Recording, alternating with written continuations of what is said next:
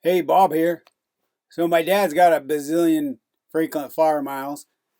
He was a frequent flyer with Delta for a long time. And he got me a flight back to Portland. So I flew back to Portland from Oklahoma City on September 20th. And I decided to make some videos of flying back and getting to my boat and how that went. Check them out. Here we go. So I walked around the Oklahoma City airport, checked out their art. Airports have really expensive airport art. Trust me, I know. I worked for an airport for a while. And then I went and stopped and got a beer. And I had a layover in Salt Lake City, so I did the same thing there, checking the place out. Here's some my thoughts on the Oklahoma City airport and the Salt Lake City airport. I stopped in at Vino Volo, the most boring airport bar I've ever been in my life. I did have something called a beer that sounded like a Stone Cold Steve Austin. I don't actually know what the name of it was, I forgot. It was reasonably good, maybe like a Blue Moon. And it was a place to kill some time.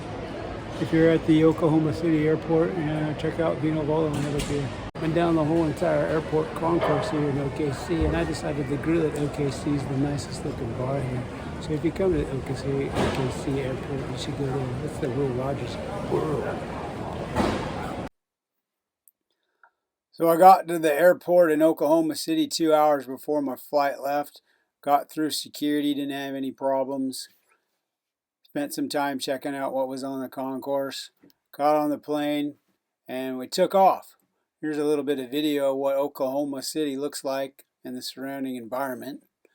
I think the most interesting thing about the video is that there's an oil well drilling thing on the airport right next to the tarmac for the planes.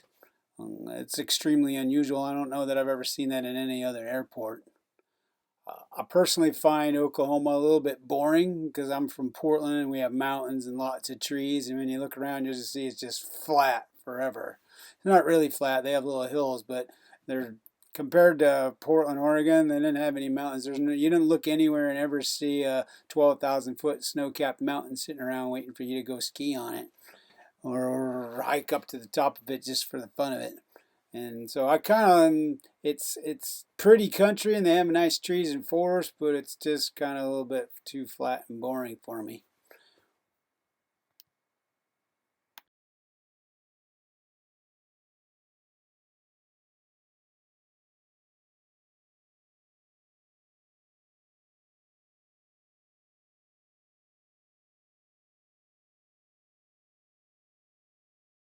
So I decided to get some chocolates from the Rocky Mountain Chocolate Factory back there behind me here at the Salt Lake City Airport. I bought 5 of these really yummy, delicious, so rich chocolates, and then I ate them all, and now my stomach's just a little bit upset.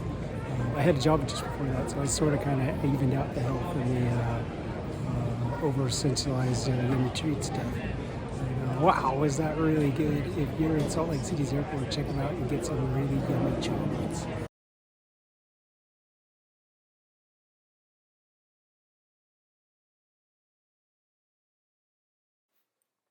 So we took off from Salt Lake City and we flew across the Northwest back to Portland.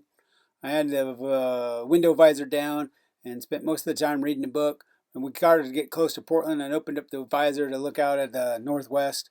And I opened the visor and there they were, the 3 mountains that you see. Uh, there's Mount Adams, which is a killer. I read a book about some people that almost died there hiking the PCT. There's Mount Rainier, which is an even bigger killer. And if you're going to climb Mount Rainier, you're a serious total bucking badass. And then there's Mount St. Helens, which is just over to the left. And I climbed Mount St. Helens about 5 times. And you can actually walk up that one in around August of the year. But if you do it in the snow, it's a little bit scary and dangerous.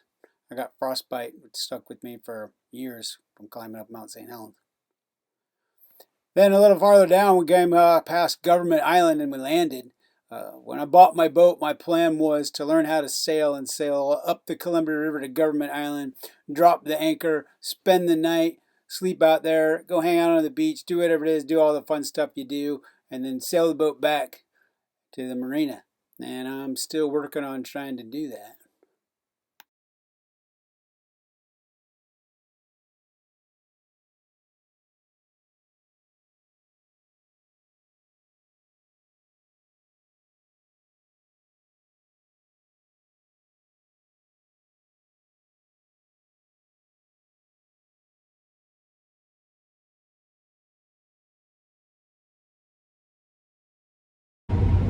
All right, I found Joanna, my first and only girlfriend. A little bit older than she was, and so am I. That was like 30 years ago. I was a 19-year-old guy working at Fred Meyer. Were you 19? I was then. I was 16. You were 16? I thought you were 17, but you didn't tell me how old you were. 16 is okay, too. I was 17. Were you 17? I didn't know how old you were.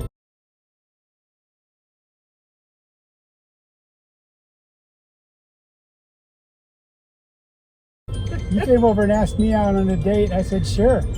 I ain't stupid. Did I ask you? Yeah, you came over and knocked on the door. I was very bold. I'd say you still are very bold. Yeah, I am. Yeah. I say what I want. Yeah, exactly. I get what I want. Anyway, I got off the airplane and went and looked for her, and she didn't recognize me because I don't look anything like what I used to look like. I made him show him his ID. She had to see my ID to know this.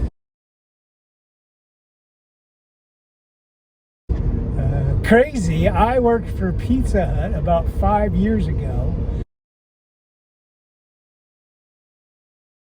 And I was delivering a pizza one night, and I stopped at her house and I handed this lady a pizza, and I looked at her and I went, do I know you? Is your name Joanna? And she says, yeah. I said, oh, you were my first girlfriend. And then we changed phone numbers and we kind of stayed in touch a little bit. So I think she saw my Facebook post that I was coming to Portland or something and asked me about my video, and I needed a place to sleep and a ride, so I asked her if she wanted to give me one. Now here we are. Here we are. All right. We're at the marina. We'll walk on down here. I wore my flip-flops. Oh, good for you. There's the locked gate. There's my sailboat right over there. Yeah. It's the blue and white one with the little yellow. I know it because I watch your videos. Sweet! You're my #1 subscriber. Yeah. I think So we're back at the boat now. There it is. I didn't feel that skinny. I get to sleep on that beautiful boat. I might even try to sail it. Maybe I'll try tomorrow. We'll see. I'm definitely going to wash it. What do you think? It's nice. Yeah, it's a pretty boat. It Very didn't nice. sink. Didn't sink. All right. She's still there. What's her name? Boat? I don't know. Is it supposed to have a name? Yeah, she got to name a boat. Okay. Guess I'll have to come up with a name. You have to name your I boat. don't know. It doesn't have a name. I never thought that it needed a name. Ah, you can name it. I guess we'll call it Betsy. My mom always called the car Betsy, so I guess I'll call it Betsy. There you go. Hey, Betsy the boat. Betsy. That's a good one. Yeah, I like it. me too. Perfect. Bob here. So I got back to my sailboat yesterday and I climbed down in here. My friend was here and I was talking to her for a while. She gave me a ride from the airport over here, and I took her out to the car, and it was dark, kind of sunset, and she took off, and I came back to the boat and I got inside and I went over here and I looked over here at this thing, and that's the voltmeter, and it tells me how the batteries are doing. It's blank. It says nothing. And oh, that's not good news. And then I went over here and I flipped this little light switch and I flipped it on and off and nothing happened. So I went down here and looked at the batteries, and then I drug out this battery charger that I got. And I thought, oh, I'll just charge up the battery. Maybe it just died. I got a solar powered charger. I don't really understand why the solar powered charger, which is connected the whole entire time, doesn't charge the thing. I really don't understand that. If you got any ideas why the solar powered charger isn't keeping the battery charged, I don't really know. Coincidentally, I ran out of water. So maybe the bilge pump drained the battery. I don't know if that's what actually happened, or if there's something else going on. Anyway, so I get the charger out and I connect it up like this.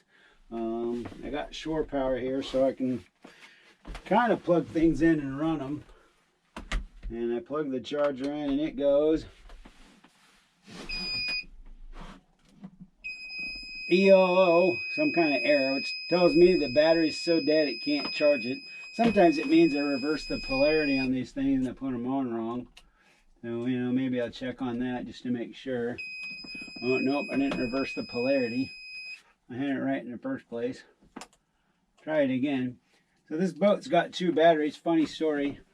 I came back one day and the battery wouldn't charge and didn't know what to do. And I'm looking down here and there's a switch down here. I don't know if I can show it to you. There's this switch right down there. And it basically switches back and forth between the two batteries. And so then I found out, oh, it's got two batteries and I can start from either one. That's cool, except it doesn't do you any good if both batteries are dead. So that's my fantastic, fun, exciting experience coming back to my sailboat after not having been here for a month, is that I got two dead batteries and no money to buy batteries with. And I haven't actually looked to see how much the water's down there in the bilge pump. A little bit concerned about that, but you know what? If it sinks, insurance will buy me a new boat. Ain't that exciting? Woohoo! I guess maybe not if I put on YouTube that I didn't replace the batteries right away. I don't know what happens in that case. So I started a Patreon page. If you didn't know what Patreon is, it's a website where you can go and support people to help make videos. So if you're interested in supporting my channel and helping me make more videos, check out Patreon and go to Oceanside Wrist on Patreon and help support me make more videos. There's a link down below.